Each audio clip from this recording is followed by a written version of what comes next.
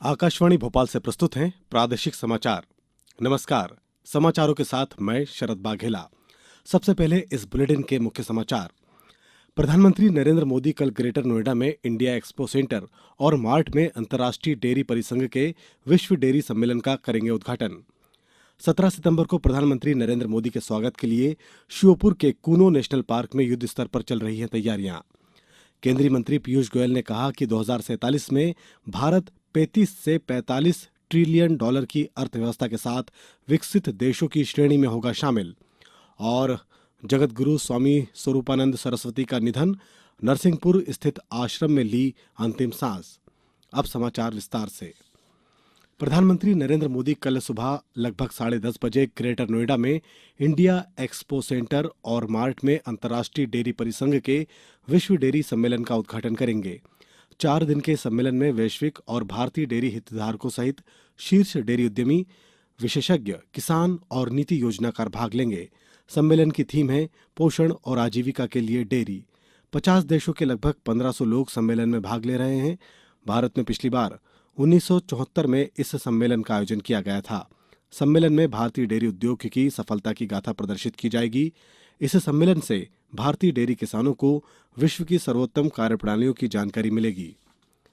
प्रधानमंत्री नरेंद्र मोदी संघाई सहयोग संगठन एससीओ के राष्ट्राध्यक्षों की परिषद की 22वीं बैठक में भाग लेने के लिए 15 सितंबर को उज्बेकिस्तान के समरकंद की 2 दिवसीय यात्रा पर जाएंगे। श्री मोदी उज्बेकिस्तान के राष्ट्रपति शफकत मिर्जियोयेव के निमंत्रण पर वहां जा रहे हैं। विदेश मंत्रालय ने एक बयान में कहा कि एससीओ शिखर सम्मेलन में एससीओ सदस्य देशों के नेता, पर्यवेक्षक, एससीओ के महासचिव, एससीओ क्षेत्रीय आतंकवाद निरोधी ढांचे के कार्यकारी निदेशक, तुर्कमेनिस्तान के राष्ट्रपति और अन्य आमंत्रित अतिथि शामिल होंगे। कोविड वैक्सीनेशन के लिए अब 14 से 28 सितंबर को महाअभियान चलाया जाएगा। आजादी का अमृत महोत्सव के अंतर्गत 75 दिनों तक निःशुल्क कोविड टीकाकरण महाअभियान चलाया जा रहा है। इस विशेष महाअभियान के दौरान कोवैक्सीन और कोविशील्ड दोनों वैक्सीन लगाए जाएंगे। इस महाअभियान में प्रथम, द्वितीय और प्रिकॉशन डोज भी लगाया जाएगा। वहीं भारत में अब तक 215 करोड़ से अधिक कोविड रोधी टीके लगाए जा चुके हैं। केंद्रीय मंत्री डॉक्टर मनसुख मांडविया ने एक ट्वीट में कहा कि जन भागीदारी के माध्यम से ये उपलब्धि हासिल हुई है। उन्होंने कहा कि प्रधानमंत्री नरेंद्र मोदी के नेतृत्व में विश्व का सबसे बड़ा टीकाकरण अभियान प्रतिदिन नई ऊंचाइयां छू रहा है।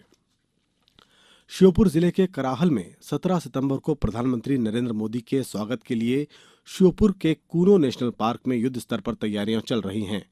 केंद्रीय वन एवं पर्यावरण मंत्री भूपेंद्र यादव ने मुख्यमंत्री शिवराज सिंह चौहान के साथ कूनो राष्ट्रीय उद्यान में आज तैयारियों का जायजा लिया। उन्होंने फेंसिंग कॉरिडोर का भी अवलोकन किया, जहां नामीबिया के चीतों को 30 दिनों तक रखा जाएगा। श्री यादव ने स्कूली बच्चों और चीता मित्रों से बातचीत भी की। इसी के साथ कलेक्टर शिवम वर्मा ने कार्यक्रम से जुड़ी जानकारी को आकाशवाणी के साथ साझा किया। इस कार्यक्रम में 1 लाख से भी अधिक महिला स्व सहायता समूह के सदस्यगण उपस्थित होंगी। वो माननीय प्रधानमंत्री जी के उद्बोधन को सुनेगी। इस कार्यक्रम के कई कंपोनेंट रहेंगे, जिसमें कि जो महिला स्व सहायता समूह के सदस्य हैं वो अपने अनुभव साझा करेंगे। वहीं कार्यक्रम में महिला स्व सहायता समूह द्वारा प्रदर्शनी का भी आयोजन किया जाएगा। इसकी जानकारी पंचायत एवं ग्रामीण विकास विभाग के प्रमुख सचिव उमाकांत उमराव ने दी। एनआरएलएम की दीदियां जो अच्छा काम कर रही हैं, अच्छे उत्पाद बना रहे हैं, उन उत्पादों का एक डिस्प्ले होगा। उनके सारे उत्पादों को प्रदर्शनी के माध्यम से माननीय प्रधानमंत्री जी के समक्ष रखेंगे। साथ ही साथ प्रधानमंत्री जी के स्वागत के लिए आदिवासी समूह के जो ग्रुप्स रहेंगे उनके द्वारा एक कल्चरल डिस्प्ले भी किया जाएगा। कुछ वाद्य यंत्र से और नाच से उनका रास्ते में हम स्वागत करेंगे।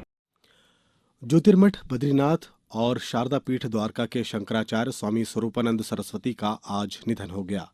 उन्होंने मध्य प्रदेश के नरसिंहपुर जिले के झोतेश्वर स्थित परमहंसी गंगा आश्रम में दोपहर 3:50 पर अंतिम सांस ली। शंकराचार्य लंबे समय से बीमार चल रहे थे। शंकराचार्य के शिष्य ब्रह्म विद्यानंद ने बताया कि स्वामी स्वरूपानंद सरस्वती को सोमवार को शाम 5 बजे परमहंसी गंगा आश्रम में समाधि दी जाएगी। स्वामी शंकराचार्य आजादी की लड़ाई में जेल भी गए थे। उन्होंने राम मंदिर निर्माण के लिए लंबी कानूनी लड़ाई भी लड़ी थी।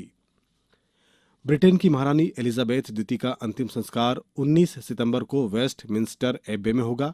ब्रिटेन के शाही परिवार के बयान में कहा गया कि अंतिम संस्कार से पहले महारानी का पार्थिव शरीर 4 दिन के लिए वेस्टमिंस्टर हॉल में रखा जाएगा ताकि लोग उन्हें श्रद्धांजलि अर्पित कर सकें। महारानी एलिजाबेथ द्वितीय के सम्मान में केंद्र सरकार ने आज एक दिन के राष्ट्रीय शोक की घोषणा की है। इस दौरान भारत में राष्ट्रीय ध्वज आधे झुके हुए हैं और सरकारी स्तर पर कोई भी मनोरंजक कार्यक्रम आयोजित नहीं किए जा रहे हैं। अब समाचार में वक्त है एक ब्रेक का। ये समाचार आप आकाशवाणी भोपाल से सुन रहे हैं। हमारे समाचारों को अब आप कभी भी और कहीं भी अपनी सुविधा के अनुसार सुन सकते हैं। ये समाचार बुलेटिन यूट्यूब, ट्विटर और फेसबुक पर AIR न्यूज भोपाल पेज पर सुने जा सकते हैं। इसके अलावा आप हमारी वेबसाइट newsonair.com पर या AIR न्यूज ऐप पर भी समाचार सुन सकते हैं। ब्रेक के बाद समाचारों में एक बार फिर आपका स्वागत है। वाणिज्य और उद्योग मंत्री पीयूष गोयल ने कहा कि भारत 2047 तक वैश्विक विकास का शक्तिशाली वाहक बनने की राह पर है। उन्होंने दक्षिण कैलिफोर्निया के कारोबारी समुदाय से बातचीत में कहा कि भारत में हो रहे परिवर्तनकारी कार्यों ने उसे विश्व आर्थिक स्तरों में 5वें स्थान पर पहुंचा दिया है। श्री गोयल ने भारतीय उद्योग परिसंघ CII के अनुमान का उल्लेख करते हुए कहा कि 2047 में भारत की 35 से 45 ट्रिलियन डॉलर की अर्थव्यवस्था होगी, जिससे भारत विकसित देशों की श्रेणी में शामिल हो जाएगा। दुबई में एशिया कप T20 क्रिकेट के फाइनल में अब से कुछ देर में श्रीलंका का सामना पाकिस्तान से होगा। प्रतियोगिता में श्रीलंका ने सुपर 4 चरण में अपने तीनों मैच जीते हैं, जबकि पाकिस्तान 3 में से 2 में विजयी रहा है। उसे अंतिम सुपर 4 मैच में श्रीलंका से हार का सामना करना पड़ा था। संयुक्त प्रवेश परीक्षा JEE एडवांस 2022 का परिणाम घोषित कर दिया गया है। RK शिशिर ने सामान्य रैंक सूची में शीर्ष स्थान प्राप्त किया है, जबकि लड़कियों में तनिष्का काबरा शीर्ष स्थान पर है।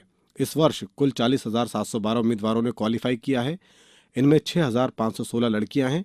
ये परीक्षा भारतीय प्रौद्योगिकी संस्थानों और अन्य तकनीकी शिक्षा संस्थानों में स्नातक पाठ्यक्रमों में प्रवेश के लिए आयोजित की जाती हैं। अब कुछ समाचार संक्षेप में। खंडवा जिले में सामाजिक संस्था केयर इंडिया और फील्ड कोऑर्डिनेटर द्वारा राष्ट्रीय पोषण माह के अंतर्गत खंडवा जिले की ग्राम पंचायत भामगढ़ में कार्यक्रम आयोजित किया गया। धार जिला मुख्यालय में मध्य प्रदेश पर्यटन विभाग द्वारा आयोजित पर्यटन क्विज का आयोजन शनिवार को किया गया। जिला स्तरीय पर्यटन क्विज में जिले के शासकीय एवं अशासकीय विद्यालयों के विद्यार्थियों ने बढ़ चढ़कर हिस्सा लिया। प्रदेश के पत्रकारों, फोटोग्राफर्स और कैमरामैन के लिए जनसंपर्क विभाग ने स्वास्थ्य और दुर्घटना समूह बीमा योजना लागू की है। इस योजना के तहत 4 लाख रुपए और व्यक्तिगत दुर्घटना बीमा योजना के तहत 10 लाख रुपए का बीमा किया जाएगा। आजादी के अमृत महोत्सव के तहत आगरमालवा जिला मुख्यालय स्थित शासकीय नेहरू महाविद्यालय में कल से शुरू हुए 3 दिवसीय कार्यक्रम के तहत पहले दिन चित्रकला, पोस्टर निर्माण और रंगोली प्रतियोगिताएं आयोजित की गई हैं। नीमच कैंट में CM राइस कन्या उच्चतर माध्यमिक विद्यालय में पर्यटन विभाग मध्य प्रदेश शासन के माध्यम से जिला स्तरीय पर्यटन क्विज प्रतियोगिता का आयोजन किया गया। इस आयोजन में विद्यालय की 110 टीमों ने भाग लिया। विदेश मंत्री डॉक्टर सुब्रमण्यम जयशंकर ने कहा कि यूक्रेन संकट से उत्पन्न चुनौतियों के बावजूद भारत इस वर्ष 7% की वृद्धि से विश्व में तेजी से बढ़ती अर्थव्यवस्था बनेगा। सऊदी अरब के रियाद में डॉक्टर जयशंकर ने प्रवासी भारतीयों से कहा कि भारत ने अपनी अर्थव्यवस्था को मजबूत करने और उच्च आय वाला देश बनाने के लिए कई साहसिक कदम उठाए हैं। अंत में मुख्य समाचार एक बार फिर। प्रधानमंत्री नरेंद्र मोदी कल ग्रेटर नोएडा में इंडिया एक्सपो सेंटर और मार्ट में अंतर्राष्ट्रीय डेयरी परिसंघ के विश्व डेयरी सम्मेलन का उद्घाटन करेंगे। 17 सितंबर को प्रधानमंत्री नरेंद्र मोदी के स्वागत के लिए श्योपुर के कूनो नेशनल पार्क में युद्ध स्तर पर चल रही है तैयारियां। केंद्रीय मंत्री पीयूष गोयल ने कहा कि 2047 में भारत 35 से 45 ट्रिलियन डॉलर की अर्थव्यवस्था के साथ विकसित देशों की श्रेणी में शामिल होगा। और जगतगुरु स्वामी स्वरूपानंद सरस्वती का आज निधन हो गया। नरसिंहपुर जिले के आश्रम में उन्होंने अंतिम सांसें ली। इसी के साथ बुलेटिन में बस इतना ही। दीजिए अनुमति। नमस्कार।